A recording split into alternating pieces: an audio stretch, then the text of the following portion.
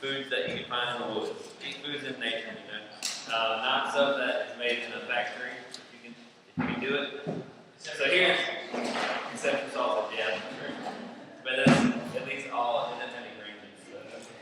No soy. I make sure to get the one without soy. All right, so this is our food pyramid. It's exactly the opposite of the USDA food pyramid, which is kind of cool. I heard a doctor one time. I thought this was interesting. I was listening to a lecture that he gave, and he said if he was a terrorist and he wanted to kill as many people as possible, he would put out the USDA food pyramid exactly like it is and tell everybody to eat it. So our food pyramid is exactly the opposite of that. We have no grains at all, where theirs is almost all grains. That's the main thing. We don't eat grains, no sugar, no starch.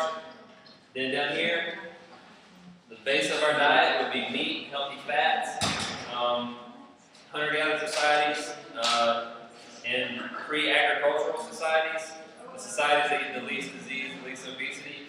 They eat about 50% of their diet is meat on volume. So vegetables would be the next biggest thing that we would eat. Any non-starchy vegetables as much as you want. As much meat as you want, as much vegetables as you want, as long as they're not starchy, like no potatoes, no corn. Those things are starches, but stay away from the starch. And then we have nuts and seeds over here with vegetables, as much as you want, that kind of stuff. Then we have fruits at the top. And like I said earlier, the reason fruits are at the top is, I'm not saying that fruits are bad for you. If you're trying to lose weight though, I would not go crazy with the fruit, especially all the time, because like I said, historically humans have not really had that much fruit in their diets. It's kind of a good thing to be able to get fruit year round, any kind of fruit you want. We can get tropical fruits right now, which is, never really happened before. So it's kind of a new thing in our diet, and it does have a lot of sugar in it, even though it has a lot of good stuff too. So I would kind of limit that if you're trying to lose weight. But pretty much everything else on here, eat as much as you want of it. We don't really count calories. We don't.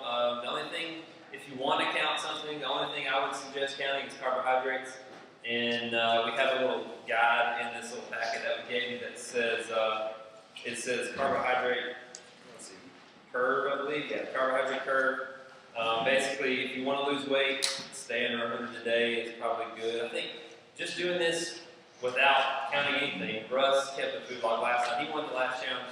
He lost 16 pounds in 6 weeks, and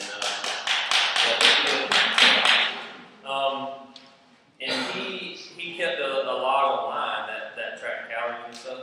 And he didn't count the calories beforehand, but he just logged it in, and he wound up, I think what you end up with like 60 carbs a day, about 60 to 70, yeah, 60 to 70, something like that, 50, 60, just from eating natural food as much as you want. Well, it's like after you do it for a while, that you just figure out what has what, and you do it in your head without thinking. Exactly, and that's one of the reasons I want to do this food blog, which I'll talk about in a minute. There's a question. I think I missed what you said. You said limit the fruits and limit nuts? No. Some people, I've had clients before that say, I think I can eat nuts all day, and they just eat like tons of nuts. They don't gain weight from it, but they don't really lose a whole lot of weight either until they cut some of that back. And so that kind of goes back to the calories thing. I'm not saying that calories don't matter. I'm saying that they don't matter as much as the macronutrients, as what type of calorie it is.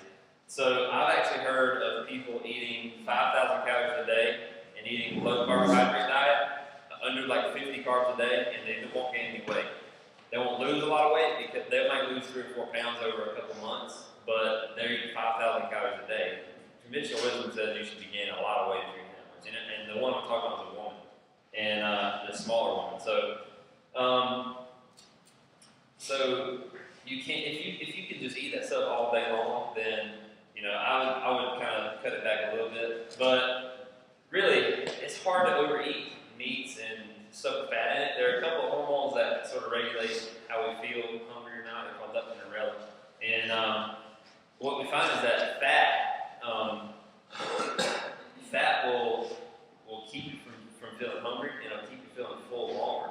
So the more fat you eat, a lot of times people say, hey, bacon and eggs for breakfast, and I wasn't hungry again until 12 o'clock, But a lot of times, like a lot of people that come in and say, I eat a really healthy breakfast. I get, some kashi cereal, whole grains, and then I eat like a Nutri-Grain bar, and I'm thinking that's like 70 grams of carbohydrate already. And then they're like,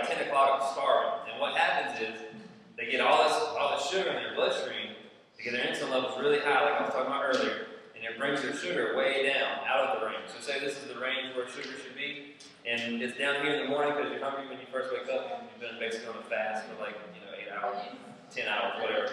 And then you eat a lot of sugar, and it goes way up here. So the insulin comes, and it brings it way down when you overproduce insulin because you had a whole lot of sugar going into your bloodstream at once. So now your sugar is way too low, and it's 10 o'clock, and you're starving again.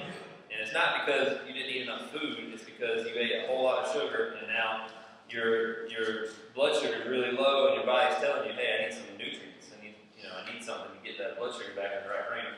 And so that's what happens with that kind of stuff. But fats, I also read a study a while back.